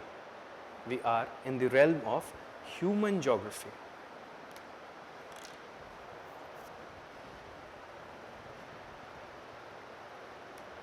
तो यहाँ तक बात समझ में आई? That geography is a spatial description of the surface of the earth. And what can we describe? Well, everything, anything, either created by nature or created by man. Do you get that? What is the aim of this description? कि हम क्यों कर रहे हैं ये describe ये सारी चीजें over the surface of the earth? क्या मिलेगा हमको ये सब कुछ करके? The aim of geography is to understand the total environment. Now, what is environment? Remember, geography is the science of man-environment relationship. Environment is everything that surrounds you. That is your environment. Clear? Everything that surrounds you is your environment. Now, you tell me, if you go out of this hall and you go on the roads, you tell me, will air surround you? So, air is a part of your environment. Will there be soil in and around somewhere? Yes. Will there be some trees, some grasses, some birds, etc.? So, these are all part of your environment. They are all created by nature. There will be some water also in your environment. So, these are natural features that are there in your environment. Some of the natural features are living features. Some of the natural features are non-living, like rocks. They are non-living. But see, think of a stray dog. It is living feature. Do you understand that? So, your natural environment comprises of abiotic and biotic features. Abiotic features are non-living, biotic are living features. Plus, at the same time, your environment will also have other people. It will also have roads, metro station, cars, bridges, etc., companies, etc. Do you understand that? And these are all created by whom? Man. Do you understand that? So, you see that your environment is actually natural plus man-made environment. Do you understand that? Now, this natural environment, ये ऐसे समझ सकते हो आप. Suppose let's take the help of a Venn diagram, and this is the natural non-living environment. It means the abiotic environment. And the most important things in the abiotic environment are land, water and air. You can include soil also as part of that. So, include soil. Clear? These are non-living parts of your natural environment. And then there is a biotic environment, which is the living part of your natural environment. Both of them combine to make natural environment. And what does it contains? It contains flora and fauna. It means the plants and animals. That's it. Clear? And then there is the man-made environment, which is also known as the cultural environment, because it represents the culture of man, like the Aryan culture, the Indus Valley culture. So, the environment that man creates, it is a reflection of man's culture. Do you understand that? So, look at this, that what you have in the cultural environment, you have other people, and other people are also produced by man by the action of reproduction. Then people also built houses, or I can say they built settlements. Clear? People engage in several economic activities like say agriculture, industries. Clear? And you can understand trade and transport. Clear? Look here that agriculture, industry or trade and transport, ये सब कुछ करने के लिए people also develop plans, and the plans are for all the regions or for specific regions. Specific regions, plans are always developed for specific regions. ऐसा होता है क्या कि somebody ये सोच ले कि अब गेहूं उगाएंगे पूरे भारत में और चले गए राजस्थान थार के डेजर्ट में कि पूरे भारत में तो अब उगाना है गेहूं, तो यहाँ भी आ गए. That does not happen. Clear? So what happens is that there is some planning which is done for the economic activities. That's also part of the cultural environment, and people do it. People also fight against other people, say over geography, like say for example that India and China recently saw a standoff at the LAC. It was with respect to some territory, or in South China Sea, see what is going on with respect to territory. Clear? So there is some territorial disputes also, and I can say that this is nothing but the geopolitics. Do you understand that? Politics over geography. Do you get that? अब total environment क्या है? Total environment is this: the overlap between the abiotic, biotic and the cultural environment. And what is the aim of geography? Its aim is to understand the total environment. Do you understand that? अब देखो एक चीज, the study of land is lithosphere, the study of lithosphere is geomorphology, the study of water is hydrosphere or ocean, which is oceanography, air climatology because that's atmosphere and climatology, soil is biogeography, flora fauna is environmental geography, study of people is population geography, settlement geography, houses, planning is regional planning, agricultural geography, industrial geography, trade and transport geography, and geopolitics is nothing but political aspects. Clear? तो ये diagram में आपका सारा syllabus भी contained है अगर आप देखो तो. Do you get that? So make a star and write what is the aim of geography. What is the aim of geography?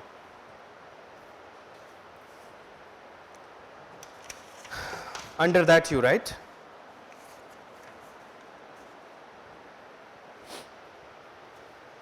the aim of geography is to understand the total environment. The aim of geography is to understand the total environment.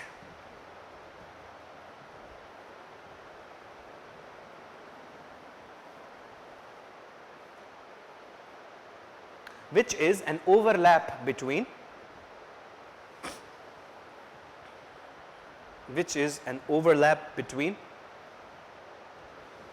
natural, in bracket you write biotic and abiotic,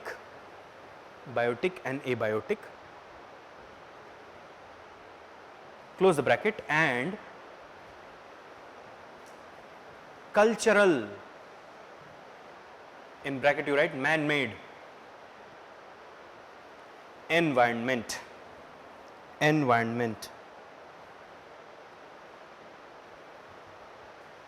So do you get that? Clear? अब एक काम करो, ये Venn diagram बना लो just for the sake of understanding. कुछ नहीं, बस ए बायोटिक, बायोटिक, कल्चरल इतना करके भी अगर रख दोगे तब भी काफी है, समझ तो जाओगे. Just draw this Venn diagram.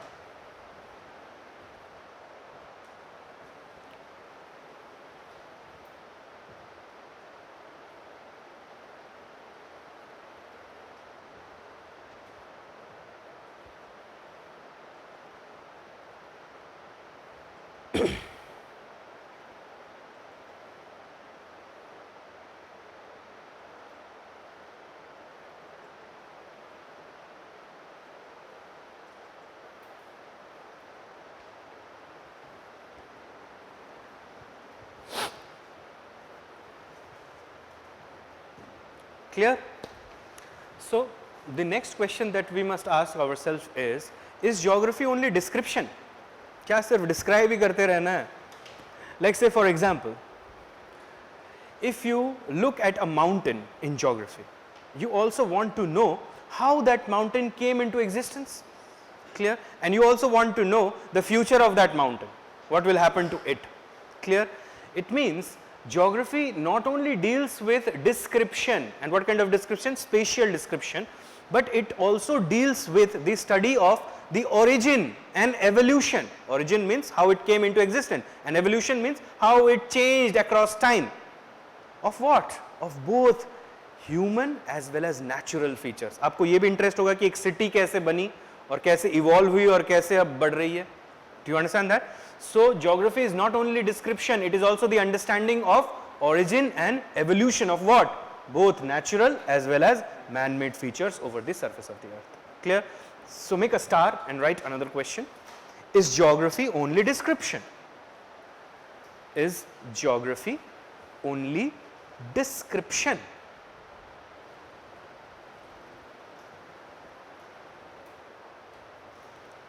Under that you write,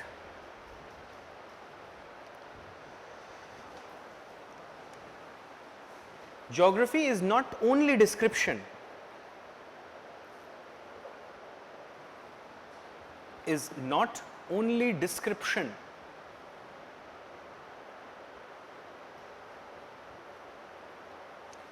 It helps in the understanding. It helps in the understanding of the origin and evolution. Helps in understanding of the origin and evolution of the physical and man-made features, of the physical and man-made features over the surface of the earth, over the surface of the earth.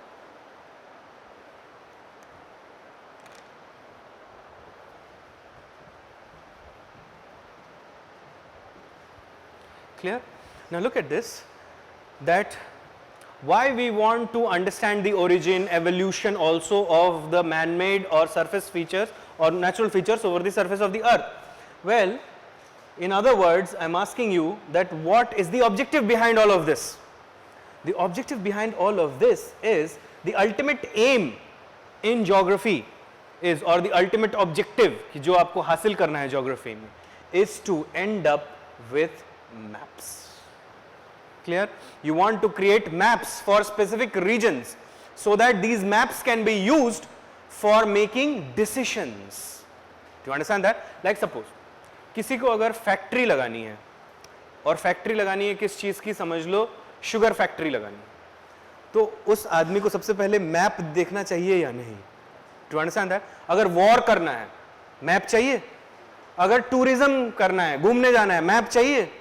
Clear? So the ultimate objective of all this exercise is to create regional maps. It means maps for regions which will assist in planning and for decision making. Do you understand that? Personal or professional decisions, even government decisions. Clear? So write a note. That's why this subject is so special. Write a note. The objective of geography, the objective of geography is to create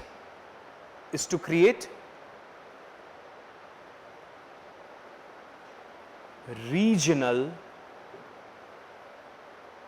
maps for analysis and to assist planning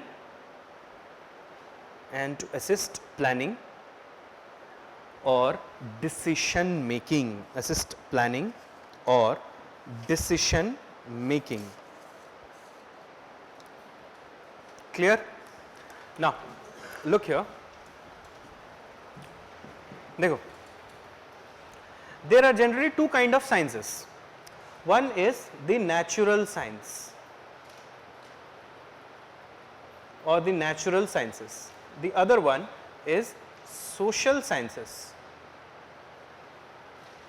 Natural sciences would have entries like, say for example, physics, mathematics, or say biology, statistics. These are natural sciences. Social sciences on the other hand would have entries like history, say even economy, say political science, or think of say public administration, philosophy, sociology, etc. Clear? क्या फर्क होता है natural science और social sciences का? What is the difference? And where will you put geography? That's my question. Where will you put geography? Will you put geography in the natural sciences category, or will you put geography in the social sciences category?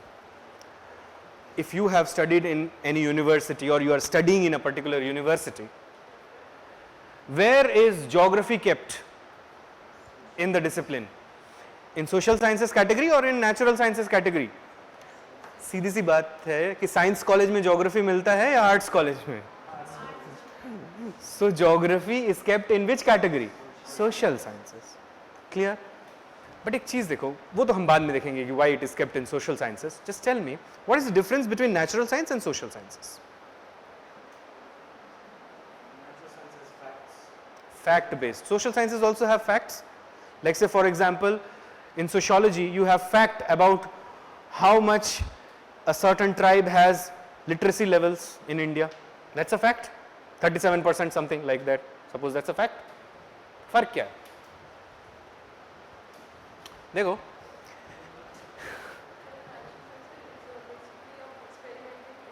experimenting thing, but there are social experiments also, dear. There are social experiments too. एक चीज देखो, natural science, they are absolute in nature. Absolute in nature मतलब होता ही होता है ये सब, वो बदल नहीं सकता कभी. Clear? Like say for example, think of this. Suppose I drop this marker, it will always fall. ऐसा तो नहीं है कि ये उड़ जाएगा कभी. It will never happen because laws of physics are universal and applicable everywhere.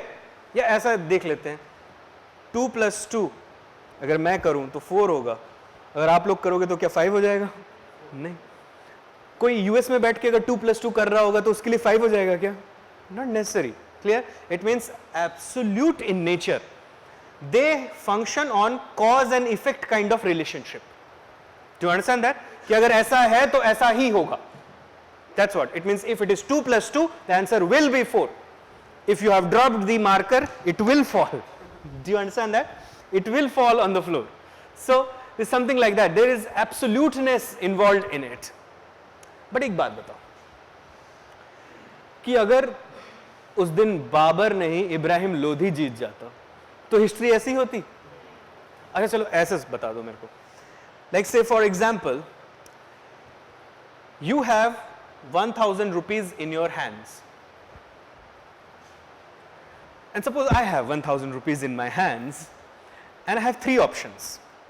I can go and have a lunch for myself, I can purchase some item, or I can keep that money in the bank.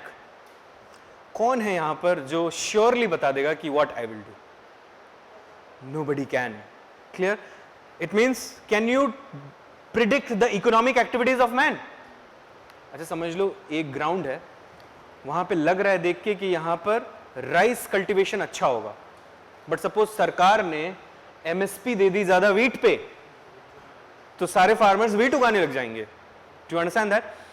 So things in social sciences are not absolute, but they are probable. कि हो सकता है, होगा ही होगा ऐसा नहीं बोल सकते. आप ये बोल सकते हो कि हो सकता है कि आप वो पैसे जो हैं उससे कुछ लंच कर लो, कुछ खरीद लो या बैंक में जमा कर सकते हो. इस तीनों में से कुछ भी हो सकता है, बट आप ये नहीं बोल सकते आप बैंक ही जा रहे हो. Do you understand that? But 2 + 2 is always 4. It means there is a lot of objectivity in it. Objectivity means इसका आंसर एक ही है, भले कोई भी कर ले. But subjectivity is involved in social sciences. Social sciences have the behavior of man involved in it, which is unpredictable. Do you understand that? And that's why social sciences are also known as humanities, which are unpredictable. Do you get that? That's why you see that it is not necessary that if a certain country has just attained independence, it will establish a sovereign, democratic, secular, socialist republic. कुछ भी बना सकते हैं. They can establish a dictatorship also. There is no guarantee in it. So everything is probabilistic, nothing is absolute. Do you understand that? अब एक चीज दो. Take the example of climatology, for example. Suppose there is a river and there are sun rays incident on it. Will the water get evaporated after some time? Yes. Depending upon the strength of the rays, the angle of the sun rays and the length of the day, the rate of evaporation may vary. But evaporation is surely going to happen. Do you understand that? क्या ऐसा हो सकता है that sun rays are incident on this and the water level will rise due to it? Will that happen ever? No, the water level will always fall because there is evaporation. So if there is a cause, there will be an effect.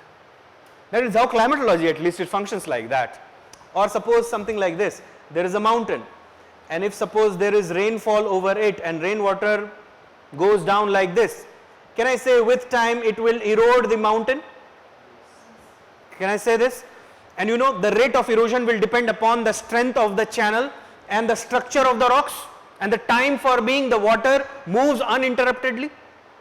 Do you get that? So there is a cause and kind of effect, and you can say that it will happen at all costs. It means it is absolute in nature. But अब ये देख लो agriculture. Say for example, there is a field and this area has good rainfall and good temperature. High rainfall, high temperature is very good for rice or paddy cultivation. But suppose this person has grown sugarcane in this land. There is no guarantee that if it is high temperature, high rainfall, there will be paddy. Suppose government has said there will be high MSP on sugarcane and suppose the prices of sugar have raised in the market and there will be no tax on sugar production. Every farmer will start growing sugar cane. Do you understand that? So there is probabilistic कि rice हो भी सकता है, नहीं भी हो सकता है. ये नहीं बोल सकते आप कि हाई टेम्परेचर और हाई रेनफॉल है तो राइस ही होगा. Do you get that? So it means what? That agriculture, or similarly, think of this. Suppose there is a land, a piece of land, and there are some minerals here. Suppose this is iron. Suppose there is uranium too in it. Clear? मतलब आप यहाँ पे iron and steel industry भी लगा सकते हो, एक nuclear power plant भी लगा सकते हो, और दोनों की क्वांटिटी समझ लो सेम अमाउंट में है in terms of value also. क्या आप मुझे लिख कर दे सकते हो कि गवर्नमेंट क्या करने वाली है? It means that there is probability involved in it, and this is industrial geography. Can we have a map of major iron and steel plants of India? So there is probability involved in this. So human geography is fully probabilistic, whereas physical geography is more absolute in nature. It means physical geography is more closer to natural sciences or pure sciences, whereas human geography is closer to humanities or the social sciences. तो समझ लो एक shelf बन रहा है, एक shelf बनाया आपने अपने कमरे में जिसमें एक तरफ फिजिकल साइंसेस की बुक्स रखी हुई हैं, एक तरफ आपके सोशल साइंसेस की बुक रखी हुई है. तो अगर आइडियली आपको ज्योग्राफी रखना है तो आपको उस किताब को फाड़ना चाहिए. आधी आपको रखना चाहिए फिजिकल ज्योग्राफी वाला कहाँ, in natural sciences category, and the human sciences thing in the or the human geography thing in the humanities section. Clear? That's why for several centuries the scholars and the professors in Europe, they were confused when in early 19th century and early 18th century the universities were coming up in Europe. They were confused where to place geography. As a compromise ये किया गया है that geography is placed in the humanities section. तो आपकी university में भी यही रहा होगा, which is a wrong placement. Do you understand that? It is not the real placement. Why it is being placed here? Because you see, ultimately the aim of geography is to make maps and to take decisions on the basis of maps. Who take the decisions? Humans. And human decision is unpredictable. That's why it has been kept into the human geography section, in the humanities section. Clear? So geography, is it a natural science? No. Is it a pure human science? No. It's an amalgamation of this. So geography is neither natural science nor humanities in the true extent, rather it is a special science. तो अब अगर मैं एक statement बोलता हूं, geography is a special spatial science. Clear है? So you write one thing. ये समझ में आ गया? Good. Just give a small subheading, nature of geography. Nature of geography.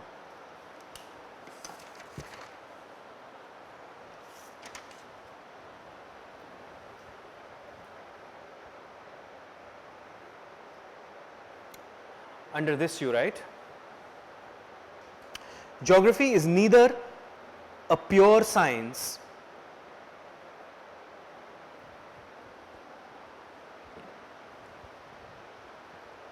nor completely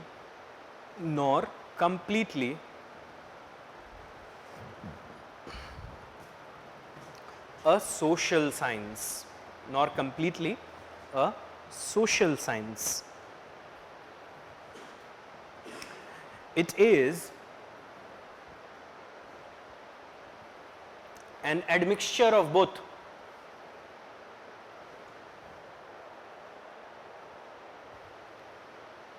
Physical geography is more closer. Physical geography is more closer to natural science.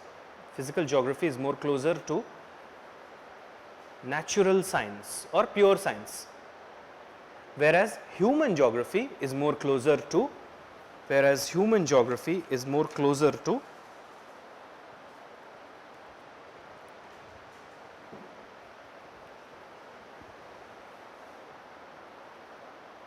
social sciences or humanities. Social sciences or humanities.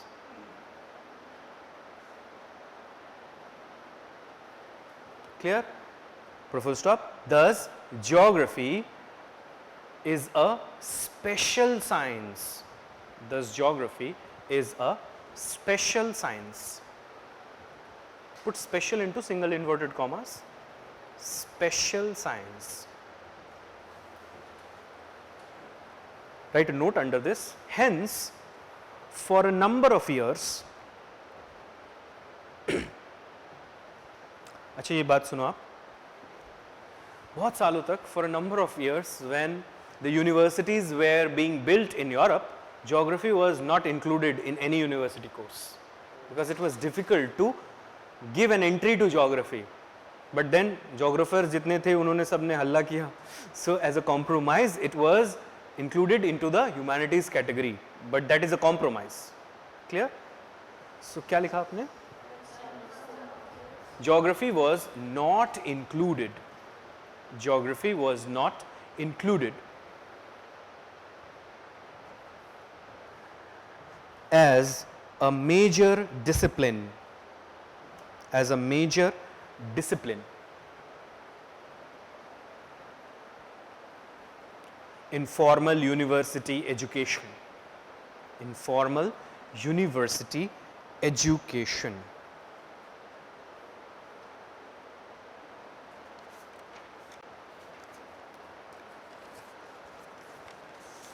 Clear? So, this was our first class, a very simple introduction of this subject. The idea of this class was to create awareness in you with respect to geography. देखो कोई books खरीदने की ज़रूरत नहीं है, because if you will start reading books, it may even destroy your concepts. Clear? Because you may understand a book in a wrong way. You can develop misunderstandings or misconcepts with respect to the book. The best way would be to read the context that we discuss in the class, read your class notes, prepare your class notes and then try to go to the books. अभी आप क्या books खरीदोगे? सिर्फ 6 to 12th NCERT अगर आपके पास नहीं होगी, और डाउनलोड भी कर सकते हो, ऐसा तो नहीं है. And only 2 books, Rupa publication, book on physical geography and human geography. अगर उसमें से भी एक खरीदना चाहते हो आज, तो सिर्फ physical geography खरीद लो. Clear? Human geography जब आएगा तब खरीदना. ठीक है? So I will meet you again tomorrow at 2:30 p.m. But keep this in mind that from tomorrow we will be formally starting our section. So bring in a good mota wala register with you and make all the preparations that I said, come with your kit prepared, because there will be diagrams and all, and you must have or develop the habit of drawing good diagrams in the class itself. Otherwise, you will not be able to do that. Carry the Orient Black Swan or any atlas, at least one atlas that is there with you. Do not come to the class ever without an atlas, irrespective whether the atlas is being used in the class or not. Clear? And from tomorrow onwards, it is 2.5 hours. Clear? Any doubts? Yes. Huh. 14th number question.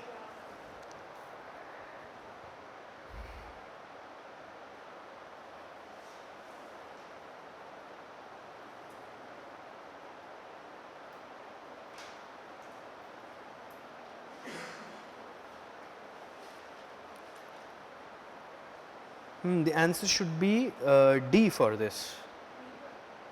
Neither of them. The right to property is no longer a fundamental right anywhere within the territory of India. It was once a fundamental right in Jammu and Kashmir. No, maybe that can be a mistake, simple mistake, but I am telling you the right answer. And second, it says that if an individual is deprived of his property, then she can file a suit directly in the Supreme Court of India. So, she can directly file a Supreme Court is not correct. Clear? So, the question is asking which of the statements given are correct. So, the first statement is correct. So, the answer is one only. Yes. Yeah, it says maybe just a mistake. Don't worry about it. Clear? Okay, that's it. Thank you.